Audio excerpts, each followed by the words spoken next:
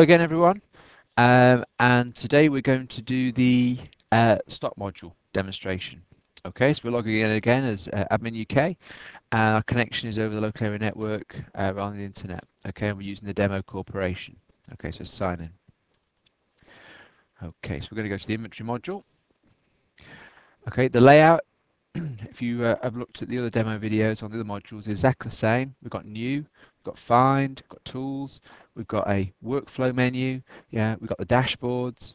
Okay, so let's start on a new item.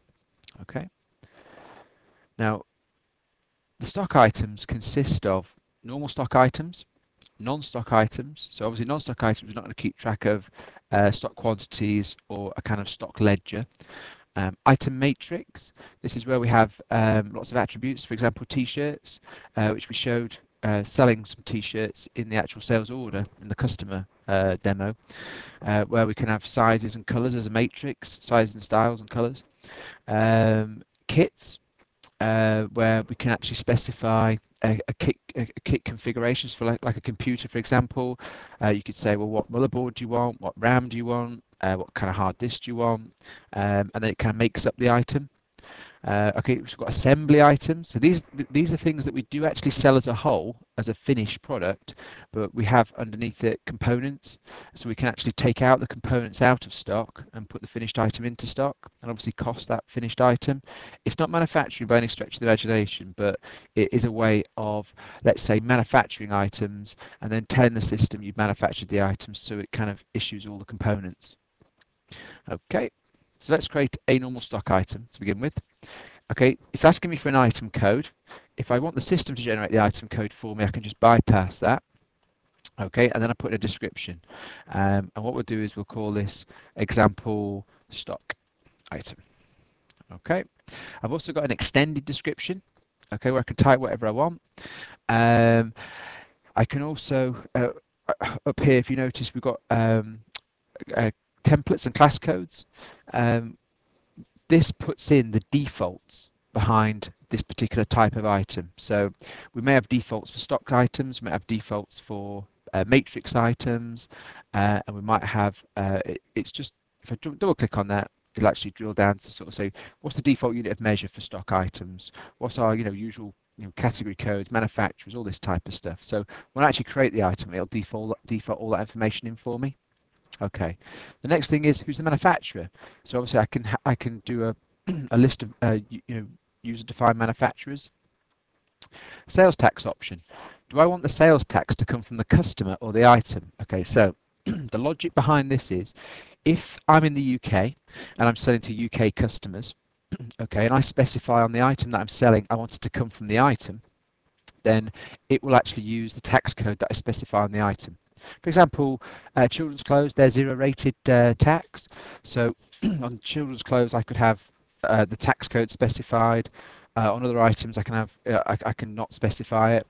But if I'm selling to, let's say, someone in France, okay, then it would ignore my settings on here. Okay, and it would use the default tax code on the customer account, effectively because I'm always going to use, let's say, EC sales to a business in France. It doesn't matter whether from my point of view, where it's taxable or non-taxable. I'm always going to charge EC sales as the tax code. Okay, so there's the sales tax option logic. Is it commissionable? Do we actually pay commission to our sales rep or agent on this item? Commodity code, for obviously our intrastat from the EU point of view, and stock take days. How often do we actually want to stock take this item? So if I put 7 days in there, what it'll do is I can actually run a stock take based on overdue items. So it ensures that I stock take stuff regularly. Okay, so the next page is what units of measure do I want? I've got a default unit of measure. I can actually change that default unit of measure to something else if I wanted to. And I can obviously pick other units of measure, like a dozen, let's say. On the actual item, it puts 12 in there, but if I wanted to specify a different quantity, I could. Okay, so for example, dozens for this item could be 14s or 15s, let's say. Yeah. I can also specify, let's say, I don't know, kilograms, and actually put a fraction of a unit of measure. So I could say, well, it's a 0.5.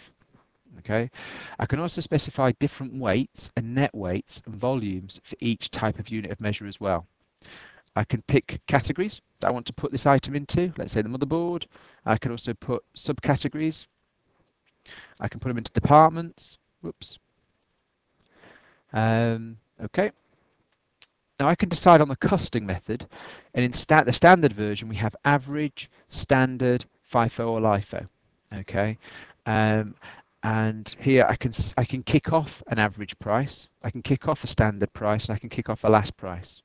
And obviously, when I next order one, it'll override the last cost and it'll recalculate the average. We made a lot of effort here to make sure that the average never goes negative. It is only updated by the actual purchase invoice or bill. Okay, this is where we can specify suppliers if we want to. So I'm going to say that supplier and that supplier is the people we usually buy this item from. The lead time's usually, let's say, 2 days and 4 days from them. That's my priority one supplier, so that will always be my main supplier. The cost price from that supplier is 199, let's say. Yeah, the cost price from that one is that one. Okay. So what it's saying to me now is, what pricing methods do you want to set up for this item? So if I just say I just want a wholesale and a retail price, I can just type it in.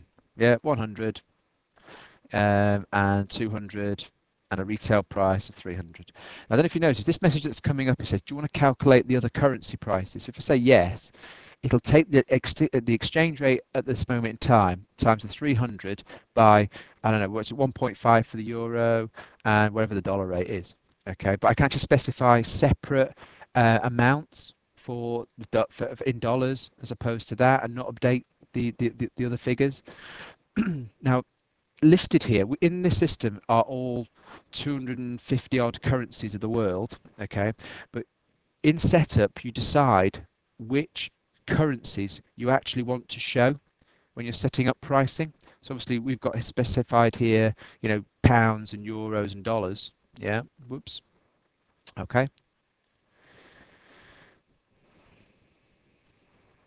Okay, so that's what only appears here, the pound, the euro, and the dollar, and obviously that's our base currency there. Now, there are other ways, okay, of specifying sales prices. So it could be a fixed amount on a pricing cost, and the pricing cost can be a pricing cost that you tell your salespeople that actually cost, but it might be an inflated cost price, or a fixed amount on last cost. Now, the good thing about that is that if you kind of want to say, I want a particular margin or a particular percentage markup on last cost price, when the last cost changes, so are your selling prices.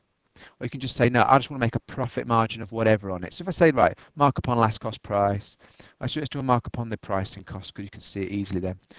Okay, yep.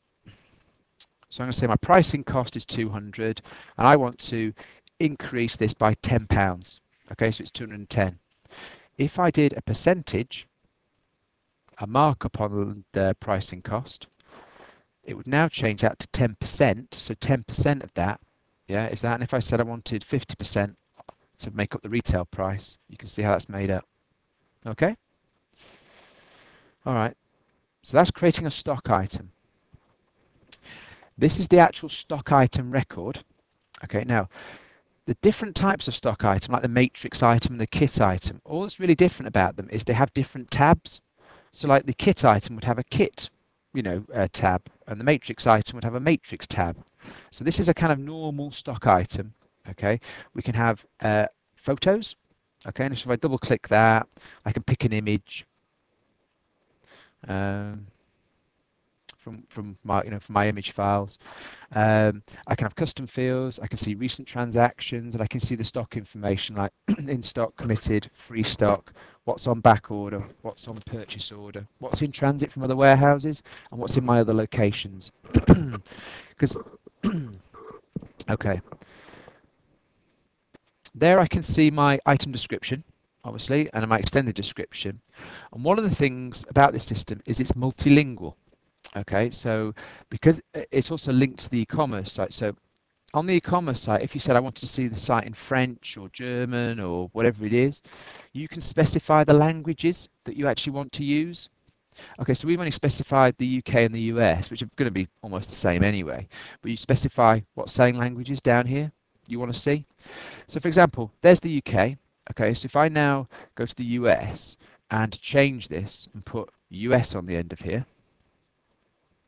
and say OK, when I look at the United Kingdom one, it won't have that on there. So what we can do is we can have separate data and descriptions, yeah, for each particular type of language. If I clicked apply to all descriptions and I change this and said OK, oops, hang on, tick that perhaps. Let's see, OK. Then when I go to look at the US one, it'll be the same because I've ticked that. OK. All right, so in setup now, there's that sales tax option we just discussed when we were going through the wizard. Commodity code that'll default in when we're doing the intrastat. Is it commissionable? Landed costs is going to be in the advanced system. Yeah, the fields are here, but essentially they don't do anything in this in the standard version. Default lead time, obviously, which is a default lead time, but when we look at the actual suppliers, that's when we can actually see individual supplier lead times. If I could tick that box there for drop ship, and then I did a sales order for this item, when I actually do the sales order item line, it would automatically put in that we usually drop ship this item, and then someone would have to untick it if they wanted to sell it from stock. Okay, we have categories, we have departments, we have accessory items and substitute items, and there's our units of measure. Okay, so on the costing front, this is our suppliers that we picked in the wizard, and again where we can drill down and actually specify different cost prices per unit of measure if we wanted to, because it may be that we buy a better rate for cases than we do each, let's say. Pricing, this is the selling prices. Setup, warehouses, and an item ledger. This tells me all the ins and outs that are going on. And we have a web option. Okay, so this is all to do with e-commerce, and if you click show on web, the next time you refresh your web page, it will automatically be there. This system's totally integrated. It's one database, one look and feel, one business logic. So you set up your item here, you tick that, you refresh your web page, it's there. There's no synchronization between the two, it's there. Okay, so you can see that this is all to do with the setup of keywords, page titles, what summaries, information do you want, and you've got a full HTML editor here, so you can type in normal type, then say OK and save it, and that's what the description that'll appear on the website. Okay, so you can see images, Okay. One nice feature about this is sometimes people get their stock codes wrong, okay, or they want to change them. So we have an option here to rename the actual item code. So that will go across all the data, all the database. Okay, so let's save and close. All right, so that was a new stock item. Okay, so let's quickly move to kind of creating a new item matrix. Okay, so what I'm going to do is I'm going to call this exe. Actually, I'll let the system generate it, and I'll call this example T-shirt. Okay, so I'll say next. Everything's the same apart from when we get to this bit here. Okay, so what it's saying is what's the prefix? So I'm going to call this T-shirt. Okay, and then what it's going to say is what attributes do you want to use? Okay, well I want to use color and size, and obviously these are user definable, so you just specify as many as you want and whatever attributes in each one you want. So the next thing it's going to say is for color, which colors do you want? And obviously these are all user definable as well, but I put red, white and blue in. So I'll say OK. And what sizes would you like to use in the matrix? So I'm going to say, well, I want them all. Okay. Then what it does is it multiplies them all together and comes up with all the combinations. So you can see that you've got blue, large, blue, medium, blue, small, blue, extra large. The same with red and same with white. And obviously if I say next, it says what costing method do you want to run on these? Do you want any start-off, average cost, standard cost or last cost? And your pricing. So I'm going to say finish. And what it'll do is it'll generate the matrix group here. And when I say save, it'll generate all the individual stock items that make it up. So you can see I've got an extra tab here for item matrix. And this is all the attributes that I've picked. I can add new ones to it if I want to, in the items. I can generate new ones if I wanted to. Okay, so that's a matrix type item. So let's create another one and let's do a kit. Okay, so this kit we're going to call example kit. Okay.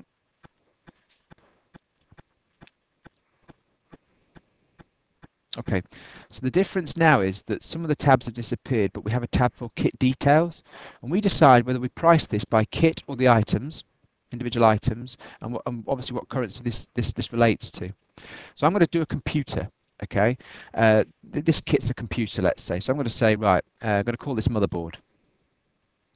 Okay, this is where I put the description. So when people are actually kind of selling these or looking at these, and it says, you know, on the kit configurator, um, you know, what's the question you want to prompt the user with? So I'm going to say, what motherboard? Okay, I can put an image there as well when I'm actually in the configurator. So if I click on this, I can say, right, well, let's have opportunity. Now, if your images are too big, it'll resize them for you. So I'll say yes, and it'll resize it. Okay, you can also decide whether it's required, optional, or multi-select. So for example, you may have 5 items here, yeah, that are options of motherboards, and if I say it's required, then you've got to have picked one of them. If it's optional, you don't have to pick any of them. If it's multi-select, maybe you've got software as an option, which is kind of Office or Enterprise Suite or whatever it might be, and you could tick three out of 3, yeah, or you could pick none of them. Okay, so I say this is required. And this is where I pick some items. Ignore what I'm picking, but essentially these would be the motherboards options. Okay, and I have to pick a default. And these are the sale prices that are pulled in from the actual record. So at this moment in time, when I look at the configurator, it would just show the they're all the same price. I'm going to change that one to 10. And I'm going to change that one to 20. So when I look at it in the configurator, it will say that one's less £20, that one's less £10. Yeah, and that one's my a default one. Okay, pricing type. Okay, just coming back to the pricing type for a minute. If I said kit price, what happens is the kit price is made up of the items. Okay, so you could say, right, the kit price of this is 100, and it automatically goes over the individual items and sort of distributes that £100 across it. If I go item price, what will happen is it'll put it on the actual invoice. Yeah, it'll put the individual items that make up this kit with the prices on them. It's just an option. A lot of people do kit prices. They sell a kit for a price, but it's made up of obviously the items and the individual items from a sales point of view. So you can see that we've only got one item on this kit at the moment, and that is 100% of the cost. Okay, now if I add a new item, okay, let's say RAM. Okay, so what RAM? Careful how you spell that. What RAM? Okay, and obviously these are all the RAM options. Ignore what I'm picking. And I say that's the default. Now, if I save that, what you'll see is that it's changed that to 50. Okay, because between that item and this item, the cost is made up of 50% in RAM and 50% in the motherboard. Okay, so essentially it's £30 each. Okay, so if you so the kit price would be 60. Okay, if we went to sell this. If I change that £60 to £50, what it would do is it would put £25 against that item and £25 against that item when you actually look at it in the actual order itself. It's just so you can reallocate the sales values. Okay, so that's a kit item, effectively. I think it might be worth just coming out of there and going into customer, even though I've shown this in the customer demo. Yeah, let's just do a quick order. Okay, to this particular customer and pick on those items. Okay, so let's do, I don't know, kit. Let's pick on that kit I just did. That's the one I did, even though the other example there's better, but never mind. So you can see that there's the items. Okay, actually that's the one I actually made up earlier. Okay, so I'm just going to say okay, and I'm going to pick on that other one. which is that one. So you know I'm not cheating. Okay, so it's a kit price. It's in at 60. Okay, so you can see that that's less 20. So if I picked on that one, it would change the overall price down to 40. So if I added £10 to it, it'd go back to 50, including the price. So you can see that I say what motherboard, what RAM. You know, you can configure it. And when I say OK, it'll drop that item in, and you can actually see the components that make it up. So a kit price is on the invoice. It will have one of example kit £50. If I did individual price, yeah, rather than kit price, then it would show the individual items that make up the kit, one at 20, one at 30. So you can see how it redistributed the £50 across the actual items. Okay, so let's look at a matrix item. Matrix. Uh, okay, there's that example T-shirt I did. Okay, so by picking that, what happens is it pops up a matrix. Yeah, so everything in red is out of stock. It's just warning me that it's out of stock. I can still take an order for it. Yeah, so if I say right, they want 10 large blue. Okay, and they want 10 red medium. Okay, I can put a sales price in there because I obviously didn't type any sales prices in either. So I'll put them in at £1 each. Okay, so what you can see now is that it's popped in those T-shirts for me that I picked. Okay. Okay, let's go back to inventory, and we'll just create one more item, which is an assembly item, just so you can see it. Okay, so I'm going to call this example assembly. Okay, if I could spell assembly item. Okay, and usual sort of stuff. But the only difference is with this one is you've got to pick the components. So I'm going to say it's one of them, two of them, three of them, whatever. Okay, so there's the items. I'm going to say it's 10 of those. It's 20 of those, and the rest can be ones. And I'm going to put some instructions in here. So it says, screw this to that, etc. Yeah? All right, so I say next. What do I want to use? It's automatically calculated an average cost based on the average cost of all the components and the standard cost and the last cost. Okay, so I say next, next, finish. Then it'll bring up this actual assembly item. You can see you've got an assembly tab now with the actual quantities in. So you can see the average cost is £10 of that item. So 10 times the quantity needed, 10 times £10 is 100. The standard cost of that is the same, so you can see it's all multiplied out for you. Okay. Right. Warehouse. I'm not going to create a new warehouse. We'll go and have a look at an existing warehouse.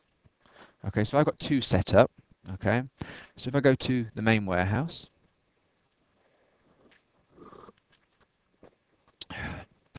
you can decide, obviously, you can have, well, in the standard version, you can have two warehouses. In the advanced version, you can have as many warehouses as you like. Obviously, you can call them whatever you like. It's got a 30-character code and obviously a massive notepad description. You can have got addresses, custom fields, recent history going through that warehouse. You can have contacts at that warehouse, notes, activities, and emails. The main thing is obviously the locations. In standard, the locations are fixed to 9 types of locations, 9 bins effectively. But in the advanced version, you can have as many bins as you like. Yeah, and you can also have a bin generation routine. Okay, so we've got a normal bin type. Okay, now these are, for example, if you did drop ship, you sold a drop ship item, it doesn't go into normal stock and out of normal stock. It goes into the drop. If you do a goods received, it goes into the drop ship bin. Yeah, and when you actually invoice it, it goes out the drop ship bin.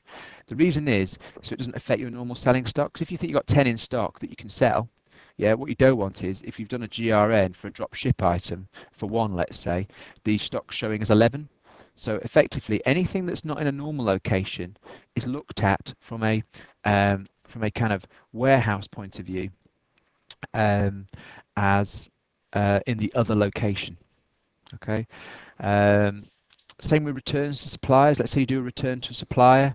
You know, that takes stock out. yeah, and it puts it into a particular location, so you know that the stock is still yours, but you've sent it to a supplier. Okay, and stuff that you might have moved from your normal locations to defective or repair, you don't want to be selling that stock because there might be something wrong with it. Okay, but you obviously it is part of your stock and it is part of your stock valuation. So look at my stock totals for this warehouse. I can see for all these items, yeah, that I've got 31 in stock. I've got 1,200 committed. I've got negative stock, okay, because obviously I've got in this system ignore stock levels turned on. I could see if there's any on back order. I can see if there's any on purchase order. I can see if there's any in transit from other warehouses and potential stock.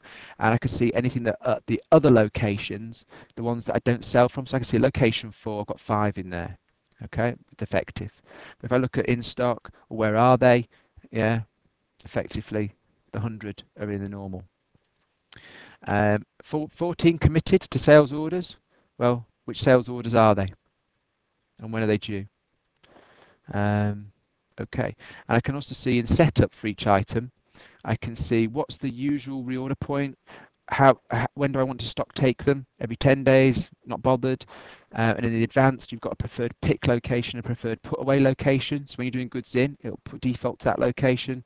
If you're picking them on a picky note, your default location to pick those particular goods. Okay, so that's warehouse setup. So let's go into an item I've already got. Let's say this one here. And let's look at the item ledger, which we didn't have any information on last time. So I can see here that an invoice takes an item, takes one out, yeah, and it tells me who I actually sold it to. So let's kind of have a look and see all dates this month.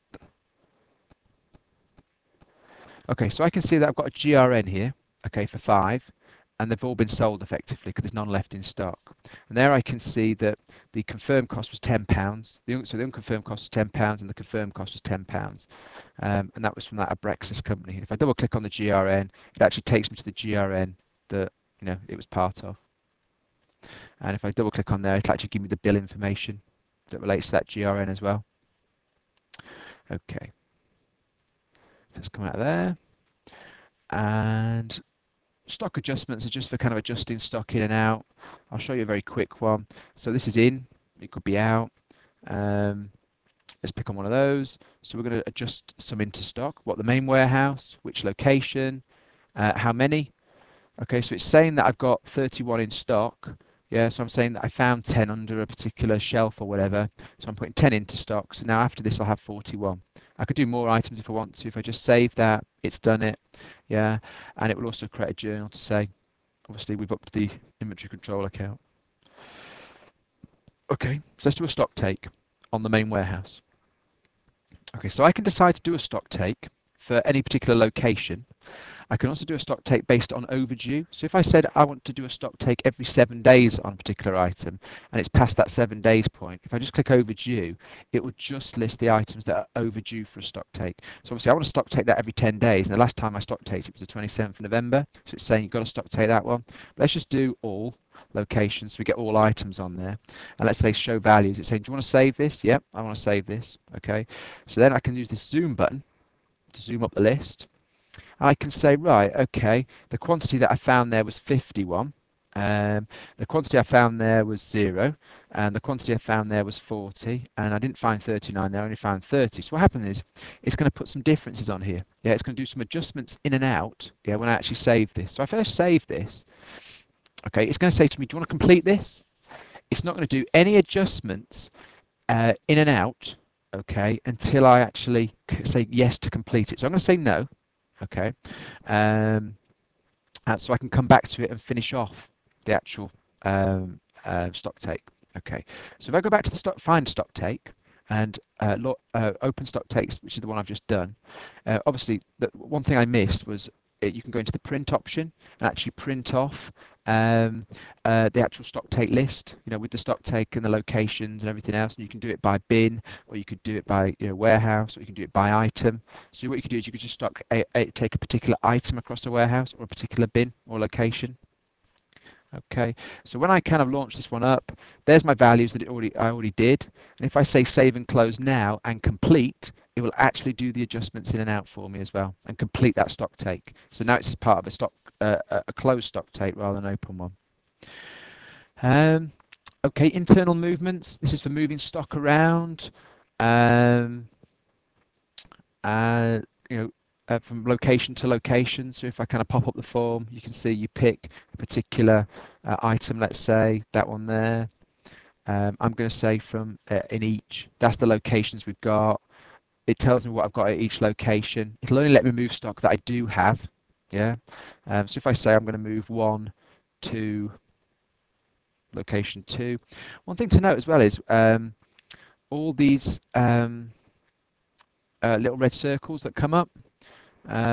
If you actually hover over them, it'll tell you what the actual issue is, and it won't let you save it unless you've actually solved the issue.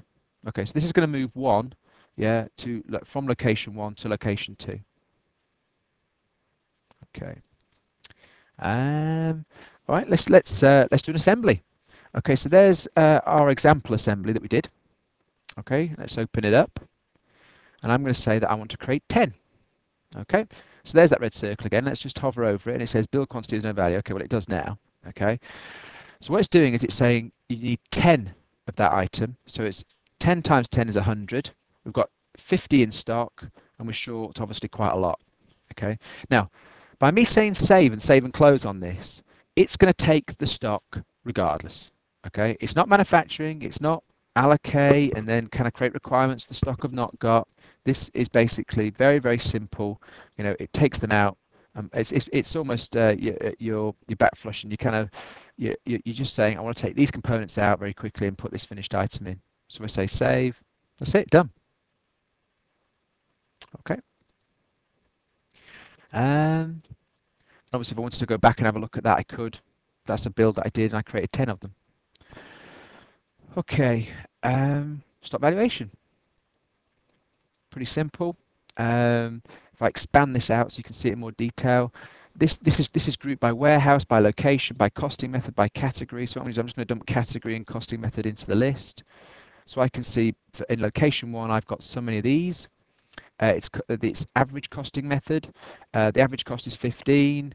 I've got 76 in stock. 76 times the 15 gives us our £1,140. So total value of our stock is 75,000. We've got a little plus button here, yeah, and if we click on that, it'll actually give me all the individual GRNs, adjustments in, and all that sort of stuff that we've actually got that actually put stock into stock, and the actual cost prices that actually that there were. So if you're running this on a FIFO basis, yeah, the FIFO value of these items is 1132.70. Yeah, so if that was a FIFO costed item, it would actually be showing that value there rather than the quantity times the average price. And if it was a standard costed item, it would go quantity times the standard price, regardless of what's here and what's on the average. Okay. Profit analysis. So one of the things over here is the filter criteria. So you can decide to do this by item, by customer, by category, by warehouse, but by date range, whatever you want. So we just expand it out a bit so you can see it a bit better. This is sales by customer, by category, by item. But if I just kind of dump the item code in here, dump the category, well, I'll leave the category there. So I can see for Mr. French customer, okay, I've sold some Western Digital drives. Okay, well, I've sold some Western Digital drives, 5 of them there. The sell price was £11.61.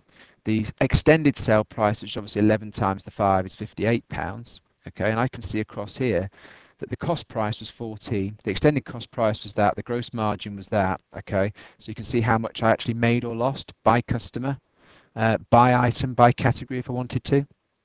That was a bad example, but let's try and pick something that actually does make a profit out of. But still valuable information. If you're making a loss on something, you want to know. Okay. All right, pricing. Now, essentially we have a wholesale and a retail price. Okay, and these can be set up actually in the item, yeah, or you can do it in its entirety. So I'm looking at the wholesale price across all items here, or if I look at this individual item, okay, I could set up the actual price just for this particular item in the actual item itself. Okay, so let's look at this. Okay, so look. Okay, so we've got pricing method, pricing cost, amount, and selling price. So if I change this price to 10, okay, and this one to 20, okay, with the tick apply to all currencies, okay, it will apply it to all the other currencies. So if I click down here and go onto the let's say the dollar one, you'll see that it's gone to 18 and 36. They just use the exchange rate. Okay, now if I untick this, okay, and change that to $10, I say $19.99, and this to $39.99. Okay, when I look back at the UK one, it will have kept it at the 10 and 20. Okay, but if I go back to the the dollars one now, and I say apply to all currencies, and type in, I don't know, £18, 19, okay, £29, $29, sorry, and then say go back to the United Pounds one, you can see that it's changed it by the exchange rates backwards. Okay, so this is an easy way to edit the actual wholesale price, and you've got exactly the same situation with the retail price. Okay, so if you look at the price lists, okay, so we can create as many price lists as we want. Okay, so I've got a standard one set up here, but let's create a new one. Okay, so I'm going to call this example. Okay, I'm going to call this example, and it's going to be in GB pounds. Okay, so I'm going to pick some items. Okay, so you can pick as many items as you want or as few as you want. Okay, so I can type the price in here. It's exactly the same as I would set up a customer price or a supplier price list, yeah, but I've just got more options here. So if I said here I wanted to make that, £5 or whatever it is, I could change it there, or I could drill down to see the units of measure and actually change the units of measure cost prices and put quantity breaks in. Okay, so if I wanted to say, right, if they buy 1 to 100, okay, I want to charge them £10. And if they buy 100 to 200, I want to charge them £9. And if they buy over 200 on one, then I want to charge them 8.